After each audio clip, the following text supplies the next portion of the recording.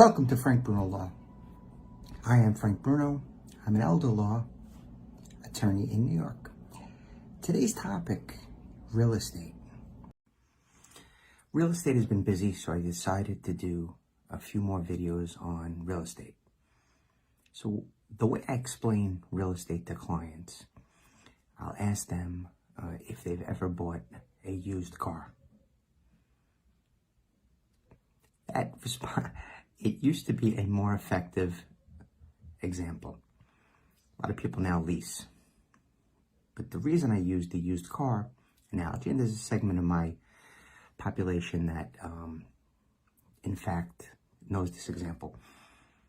But what do you do with a used car? Person has a car, you give them the cash, $3,000, $5,000, $22,000, whatever the car is. Often enough, people will have that sum of money in a bank account. They take the money out or under the mattress. They'll take that money, give it to the holder of the owner of the car.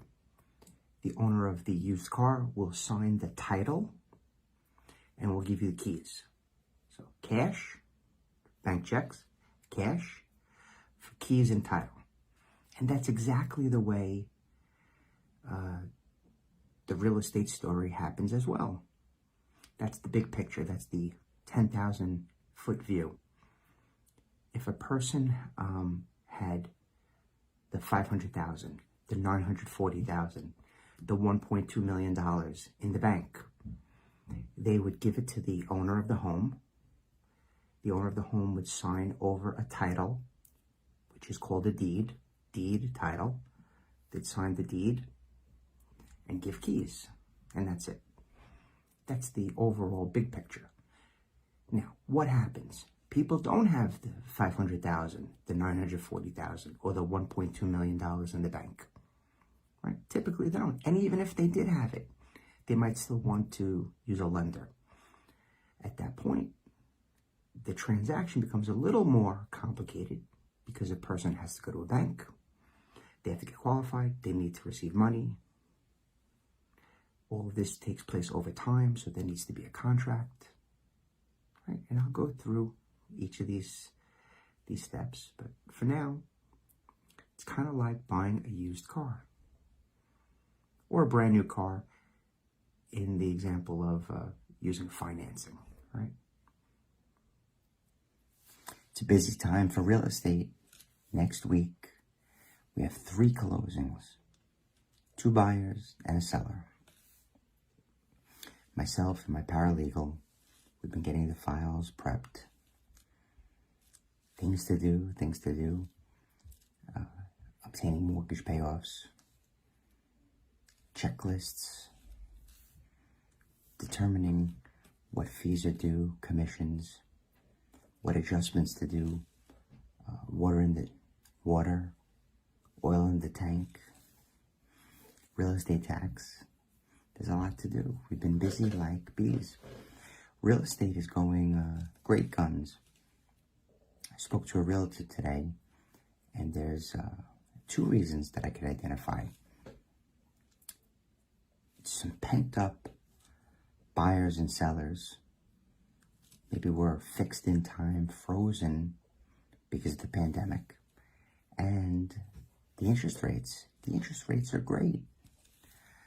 So if you haven't gotten on the bandwagon, now is the time to sell or to buy. And if you need help, I represented clients that were selling a property. And I don't often speak about real property, but it's something that I've done the entirety of my career. It actually works nicely with estate planning in that, passing assets onto the next generation. Sometimes after a probate, we have to sell property. Oftentimes, we will fund a trust with a piece of property. So handling real estate matters and working with deeds and transfer deeds and the selling of property, it works together nicely. So the situation today is that 2 couples owned a 2-family. right? Sisters-in-law, brothers, they own the property. And one of them is moving out of state and the other is moving in state. So we are still coordinating with the sale today in New York and the purchase in Florida on Tuesday. We had to coordinate a wire and a payoff of the mortgage here and a portion of the proceeds to satisfy the loan in Florida. Now, I don't work in Florida. I'm only an attorney in New York, but we had to do that coordination. And then the other couple, they're buying a property here in New York. So it's the exciting part of real estate. A sell and then 2 buys. Woohoo! So I was recently asked a question about meeting in person and signing contracts, signing documents, Zoom, Microsoft Teams, right? The entire world that has changed with the pandemic. So before, we always signed contracts in person. I want to say 20 years before that, there were sit-down contracts. A seller's attorney would prepare the contract of sale. The seller's attorney would be present in their office, and the buyer and the buyer's attorney would go to the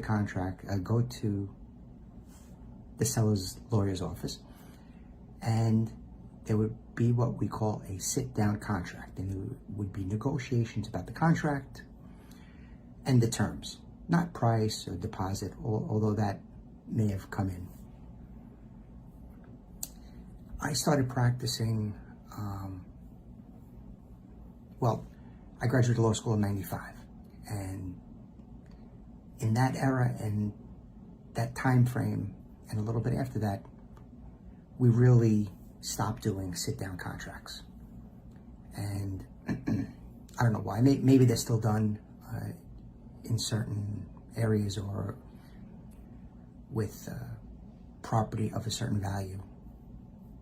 But the typical 1, 2, 6 family property in Queens, Nassau, Suffolk, Brooklyn, Richmond County, Manhattan, we're not doing a sit-down contract, and it's been a long time since we had done that.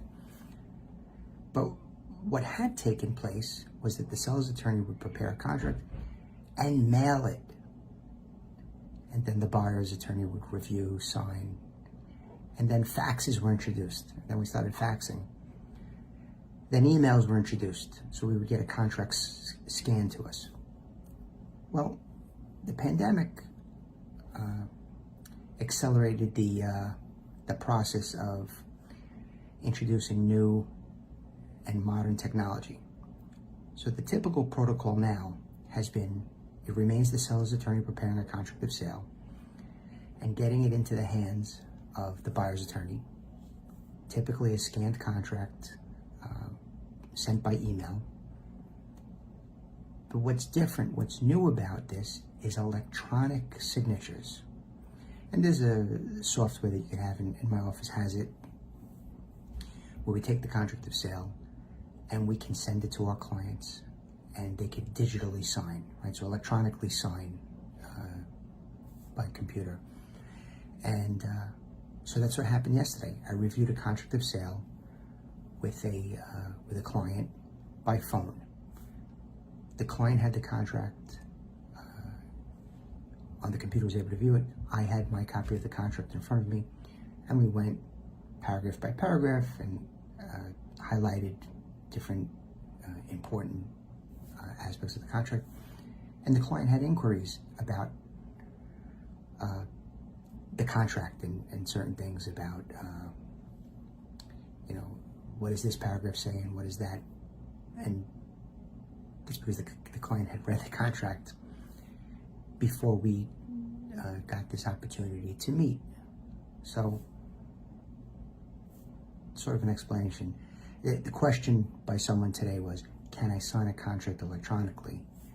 And the answer is yes. We did not previously utilize this methodology, but now it's, I think it's going to be here to stay. I was reached out to by a client-to-be concerning the sale of their residence.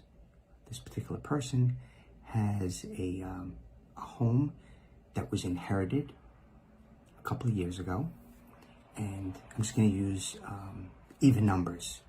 So the home was inherited, and it makes it easy for the story. The home was inherited 2 years ago for $1 million. It's not the real value, just using that as a number. And now the value is about 1.2 million. So there's a gain of 200,000. This home, this property is a property that the person resides in as a principal residence. And the gain of the 200,000 in the last 2 years would not require payment of capital gains. That's right. Why? Because the gain, it's a permissible gain. Permissible gain. That's why. If you need to know other things about real estate and the sale of property or inherited property, I can answer your questions as well. Real estate closings post-pandemic. Are we post-pandemic? We're slowly moving past things, right? The pandemic taught us that we could meet virtually by Zoom. We could sign contracts electronically, and we can even attend closings remotely.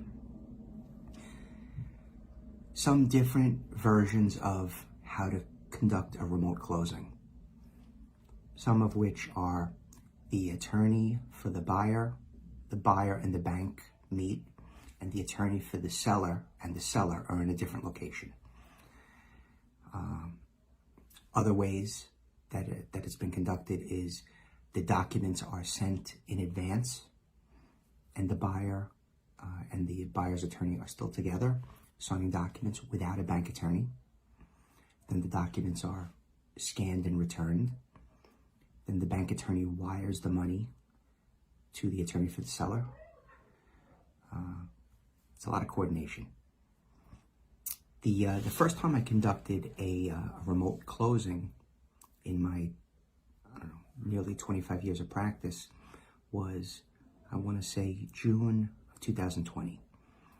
The pandemic was in full swing, shelter in place, quarantine had begun, and the closing to close remotely was harrowing. I was at my home. My client was in Suffolk County, buying a property in Suffolk County. I had to review the documents, then get on the phone with my clients, tell them about it. Then we had to get wiring instructions.